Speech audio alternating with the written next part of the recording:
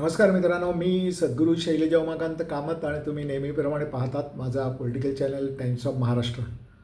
अ, परत एक आठवड्याने तुम्हाला भेटायला आलो आहे आणि राजकारणाची चर्चा करणार आहे. पण ती चर्चा सुरू करण्याच्या अगोदर नेहमीप्रमाणे तुम्हाला अपील करतो की माझे व्हिडिओ जर तुम्ही पाहत असाल, तुम्हाला आवडत असतील तर न चुकता माझ्या व्हिडिओला लाईक करा, शेअर करा आणि ते सर्व माझा जो चॅनल आहे टाइम्स ऑफ महाराष्ट्र सबस्क्राईब करा. आज मी जे तुमच्याबरोबर ज्या विषयाबद्दल चर्चा करणार आहे ते म्हणजे भारताच्या आणि महाराष्ट्राच्या राजकारणामध्ये जे काही चाललं आहे, म्हणजे नीचपणाची, दळिद्री राजकारणाची जी सर्वात खालच्या पातळीवर महाराष्ट्राचं आणि देशाचं राजकारण चाललं आहे. आणि ह्या सर्व ह्याच्यामध्ये कमळाबाईचा रोल, बाळासाहेब ठाकरे नेहमी म्हणायचे भाजपला की कमळाबाई आहे, या कमळाबाईचा फार महत्त्वाचा रोल आहे. आणि तिची नजर आता जिथे जाऊ नये अशा प्रदेशांवर, प्रादेशिक पक्षांवर पण गेलेली आहे. महाराष्ट्रामध्ये शिवसेना ओरिजिनल पक्ष फोडला, कळलं की नाही, फोडला त्यांनी. एकनाथ शिंदेला पुढे करून उद्धव ठाकरेंचं सरकार पाडलं, ते पाडलंच, शिवाय त्यांची धनुष्यबाणी निशाणी आणि पक्षाचं नाव देखील निवडणूक आयोगाला साथीला घेऊन ते देखील शिंदेंकडे दिलं, कळलं. आणि त्यानंतर ते त्यांच्याकडे हिसकावून घेतलं, निवडणूक आयोगाने हिसकावून घेऊन ते एकनाथ शिंदेना दिलं. आणि ते ऑपरेशन म्हणजे शिवसेनेचं ऑपरेशन सक्सेस झाल्यानंतर त्यांनी शरद पवारची राष्ट्रवादी काँग्रेस देखील सेम फॉर्म्युला वापरला आणि फोडली, कळलं की नाही. आणि हे करत असताना आपलं संख्याबळ शाबूत ठेवून त्यांनी देशाची वाटचाल आणि भाजपची वाटचाल, एक देश एक नेता, एक भाषा आणि एक नेता, अशा ठिकाणी त्यांनी आपल्या देशाची राजकीय वाटचाल सुरू केली. आता हे करत असताना प्रादेशिक पक्ष फोडण्याचा हा पहिला एक अंक झाला.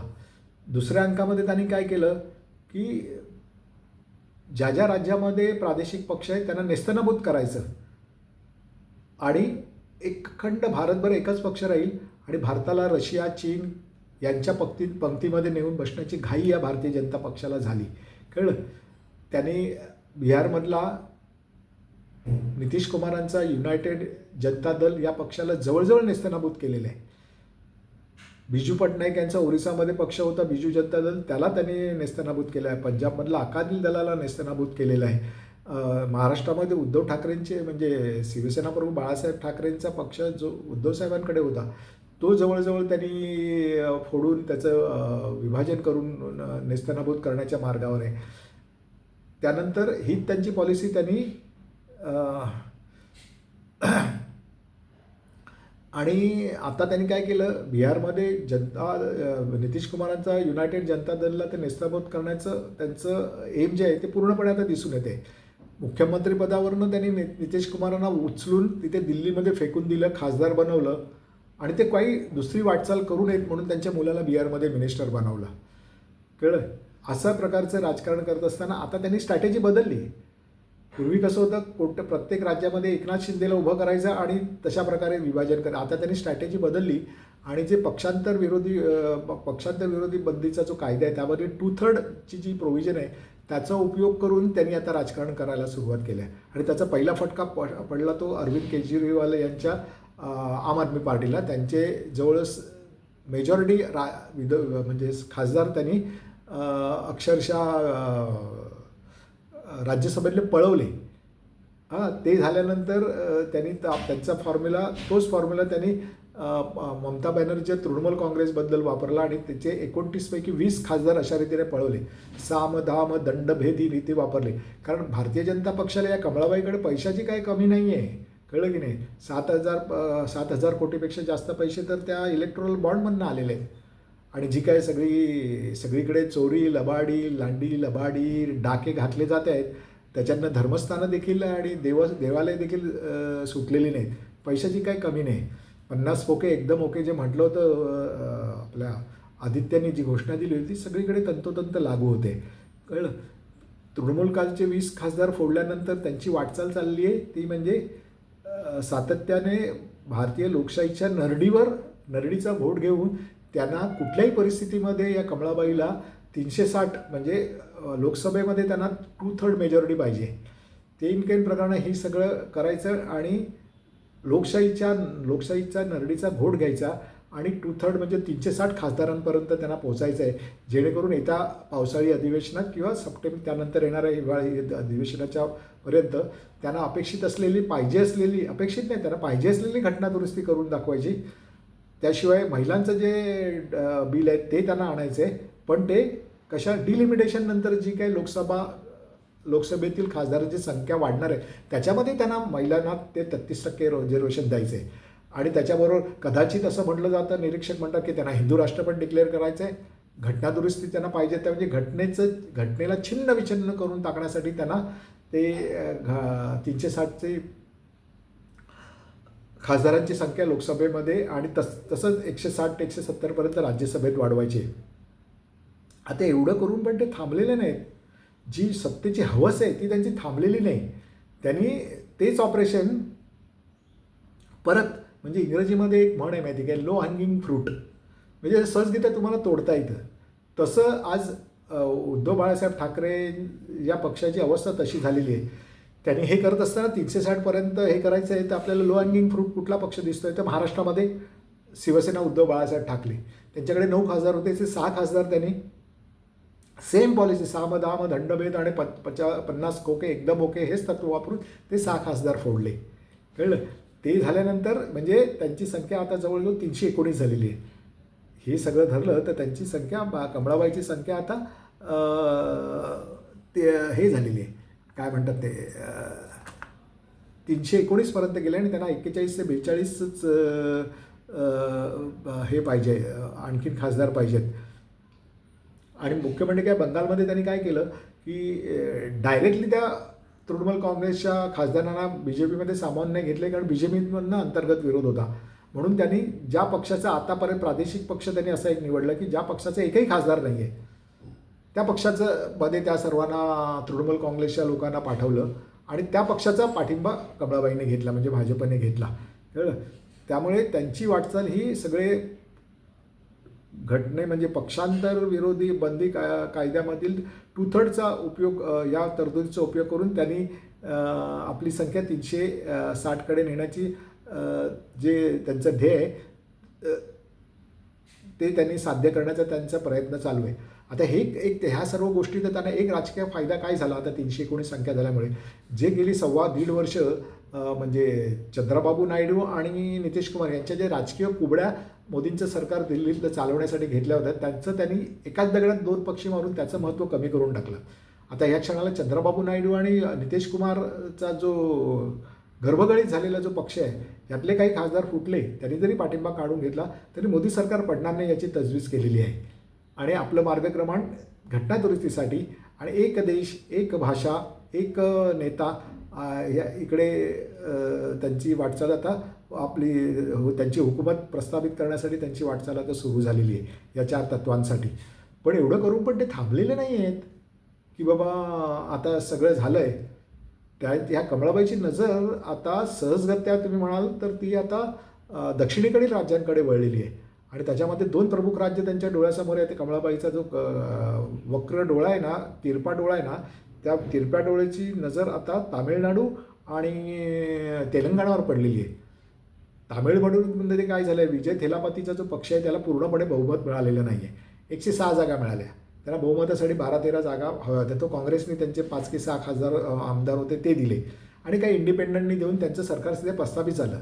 आता अशा प्रकारची परिस्थिती ही मोदी शाह सारखे जे दुष्ट प्रवृत्तीचे लोक आहेत, जे कसलेही लोकशाहीचे मूल्य मानत नाहीत, त्यांना फक्त पैसा आणि जोडीला CBI, ED, पोलीस यंत्रणा, नंतर ह्या सगळ्या यंत्रणांना बरोबर घेत त्यांनी सामदाम दंडभेद करून त्यांनी हे सर्व प्रादेशिक पक्ष फोडून त्यांना नेस्तनाबूत करण्याचं त्यांचं कारस्थान यशस्वीरित्या ते आतापर्यंत करत आलेले आहेत.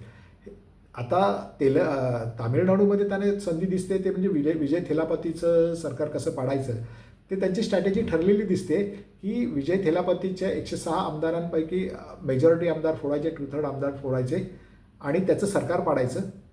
तिथे राष्ट्रपतींची राजवट आणायची आणि त्या 5-6 महिन्याच्या कालावधीमध्ये DM अण्णा म्हणजे स्टालिनला प्रेशराईज करून स्टालिनला अशा राजकीय परिस्थितीमध्ये आणून उभं करायचं की त्याला BJP बरोबर डायलॉग ओपन करण्याशिवाय दुसरा पर्यायच नाही आहे आता राजकीय पर्याय, अशा स्थितीपर्यंत त्याला आणायचं आणि त्याला आपल्याबरोबर घेऊन विजय थेलीपेतीच्या जे पक्षात जे फुटून आलेले आमदार आहेत त्यांना बरोबर घेऊन स्टालिनला तामिळनाडूचं परत मुख्यमंत्रीपदाचं आमिष दाखवायचं, अशी ही स्ट्रॅटेजी आहे. पण करुणानिधीसारख्या मुरंबी राजकीय नेत्याच्या तालमीत तयार झालेला एक सीझन पॉलिटिशियन म्हणून या क्षणाला स्टालिन फक्त मुख्यमंत्रीपदासाठी भारतीय जनता पक्षाला बिनशर्त पाठिंबा देईल असं मला काही अजिबात वाटत नाही. कारण त्याला माहिती आहे त्यांना भारतीय जनता पक्षाला DMKचा जो पाठिंबा पाहिजे तो फक्त एकाच कारणासाठी, डिलिमिटेशन बिल आणून त्यांना लोकसभेतील खासदारांची संख्या वाढवायची आहे, ज्या योगे गायपट्ट्यातील राज्यांची कायमची हुकूमत दक्षिणेवर येणार आहे. कारण दक्षिणेतल्या राज्यांना म्हणजे दख्खनमधल्या राज्यांना तेवढ्या सीट्स मिळणार नाही आहेत आणि त्याच्याबरोबर येणार ते हिंदी भाषेचं हे आर्थिक निधी मिळणार नाही, कमी होत जाणार, त्याचा आवाज तुम्ही कुठे उडवणार, अशा अनंत हिंदी भाषेची सक्ती होणार आहे. आणि परत प्राईम मिनिस्टर पद आहे हे कायम गायपट्ट्यातीलच प्रदेशांना मिळणार आहे. या सर्व गोष्टीचा विचार करूनच स्टालिनसारखा सीझन पॉलिटिशियन या क्षणाला मला ना असं वाटत नाही की तो मुख्यमंत्रीपदाच्या आमिषाला भुलून तो म्हणजे ती मुख्यमंत्रीपदाची वरमाला जी दिसते तो वरमाला म्हणजे आपल्या स्वतःच्या गळ्यामध्ये स्वखुशीने फास घालून घेण्यासारखं जे आहे ते स्टालिन करेल असं मला वाटत नाही. पण स्टालिन जर या गोष्टीला तयार झाला नाही तर त्यांचा दुसरा पर्याय पण या डेव्हिल माइंड जो आहे अमित शहाचा त्याच्यामध्ये तयार आहे. तो म्हणजे DMKच फोडायचे त्यावेळेला, त्यांचे 66 का 67 आमदार आहेत ते फोडायचे आणि विजयच्या थेलापतीचे जे सरकार त्याच्यामधनं बाहेर पडलेले लोक आहेत ह्या दोघांना कंबाईन करून त्यांच्यामध्ये एकनाथ शिंदे तयार करून त्याला मुख्यमंत्री करायचा, असा हा त्यांचा बी प्लॅन पण तिथे तामिळनाडूसाठी तयार आहे. कळलं. आणि हे करत असताना हे करून झालं, तामिळनाडू त्यांच्या एकदा ताब्यामध्ये आलं की त्यांना तामिळनाडूमध्ये शिरकाव करायला या कमळाबाईला अगदी ओपन ग्राउंड मिळेल. कळलं की नाही, sky is a limit for Kamalabai, अशी परिस्थिती तिथे त्यांना निर्माण करायची आहे. कळलं.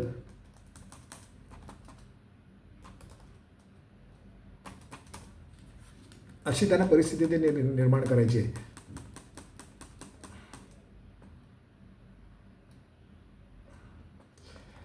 दुसरं कसं होतं, तामिळनाडू त्यांना कर्नाटकमध्ये DK शिवकुमार आहेत, तेव्हा काय त्यांची भारतीय जनता पक्ष आणि या कमळाबाईची डाळ कर्नाटकमध्ये शिजू देत नाही.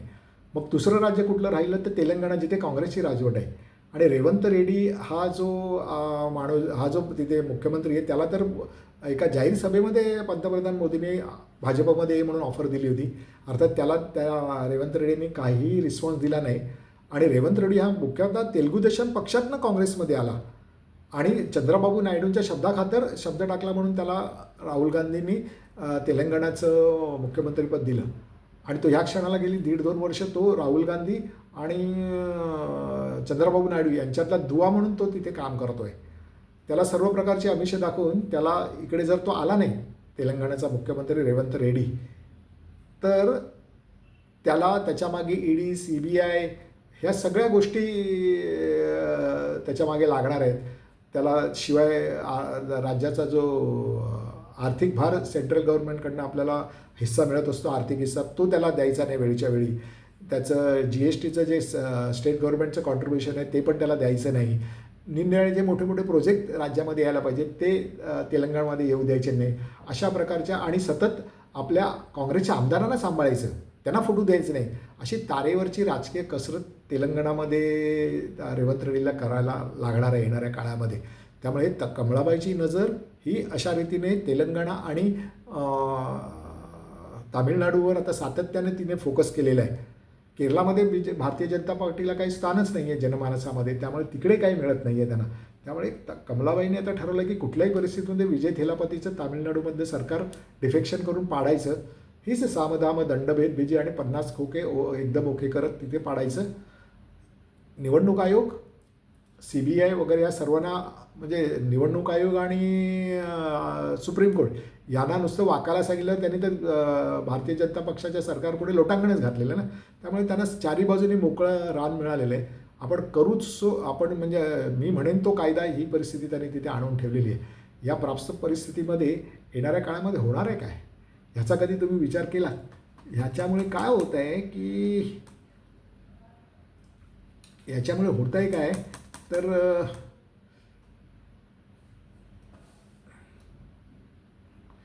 आता काय होणार आहे ह्यामुळे की आता जे पावसाळी अधिवेशन संसदेचं होणार आहे म्हणजे लोकसभेचं आणि राज्यसभेचं याच्यामध्ये त्यांना ते सर्व 360ची मेजॉरिटी 2/3 मेजॉरिटी आणि ही सगळी बिलं त्या याच्यामध्ये त्यांना पास करून घेण्याची घाई झालेली आहे.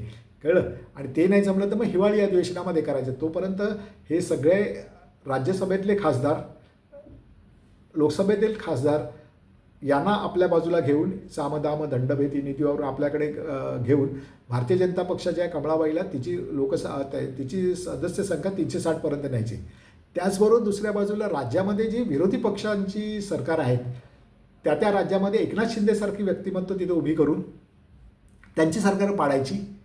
तिथे 2/3चा फॉर्म्युला वापरून तिकडचे आमदार आणि खासदार आपल्या बाजूला वळवून घ्यायचे आणि प्रादेशिक पक्ष जे आहेत त्या सर्व प्रादेशिक पक्षांना म्हणजे कन्याकुमारीपासून सगळं काश्मीरपर्यंत सगळे जे प्रादेशिक पक्ष आहेत त्यांना नेस्तनाबूत करण्याची अशी डबल राजनीती मोदी शहांच्या डेव्हिल माइंडमधनं अंमलात आणली जाते. कळलं?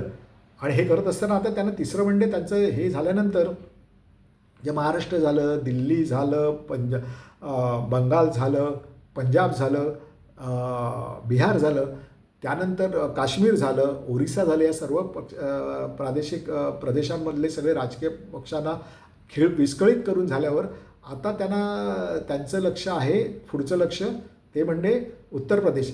आणि तिथे मुलायम सिंगचा मुलगा जो आहे म्हणजे अखिलेश सिंग हे त्यांना देखील सॉफ्ट टार्गेट वाटते. त्याचे जवळजवळ 33 का 36 खासदार आहेत आणि जवळजवळ त्यांच्यापैकी 25 आमदारांची त्यांचं डीलची होत आहे अशा राजकीय बातम्या दिल्लीमध्ये आहे. आणि अशा या क्षणाला तो अखिलेश यादव म्हणजे काय मुलायम सिंग यादव नाही, ज्यांनी मुलायमनी प्रचंड मेहनत करून तो मुस्लिमांचा मसिहा बनला होता, त्या रोलमध्ये हे सगळे जे नेते मंडळी आहेत म्हणजे जे फॅमिली कंट्रोल जे पॉलिटिकल पार्टीज आहेत त्यांची जी सेकंड दुसऱ्या जनरेशनमध्ये जे लिडरशिप आलेली आहे ते तेवढे सक्षम नाही आहेत. कारण ह्यांना लाखाच्या सभा, कार्यकर्त्यांचा घोळका आपल्याबरोबर, काही ठिकाणी हातात न मागता आलेली सत्ता, यामुळे जनमानसाचं रस्त्यावरचं राजकारण या लोकांना दुसऱ्या पिढीतल्या राजकीय नेत्यांना त्या पक्षाच्या कळलेलं नाही. त्याचं मूर्तिमंत उदाहरण तुम्ही बघा. जे राजकीय नेत्यांनी पक्ष म्हणजे चरण सिंगाचा मुलगा असू दे अजित सिंग, तो बिजू जनता दलाचा म्हणजे बिजू पटनायकचा मुलगा नवीन पटनायक असू दे, इथे शिवसेना पक्षाचे राज ठाकरे आणि उद्धव ठाकरे असू देत, ही सगळी मंडळी यांना ही त्या रीतीने म्हणजे त्यांचे जे ओरिजिनल त्यांचे संस्थापक होते त्या दर्जाचं राजकारण हे लोक खेळू शकले नाहीत. त्यामुळे अखिलेशला पण तसंच झालं आहे. त्याला भीती वाटते ती नेहमी कोणाची, तर त्याला भीती वाटते ती नेहमी काँग्रेसची BJPपेक्षा. आणि तो काँग्रेसला नेहमी त्यांच्या चुका काढत असतो. त्यांनी काय करायचं, तुझ्या पक्षाकडे तू बघ ना, तू फक्त रोज प्रेस कॉन्फरन्स घेतोयस आणि ट्विट करतोयस, या दोन गोष्टीमुळे काय पक्ष वाढतोय.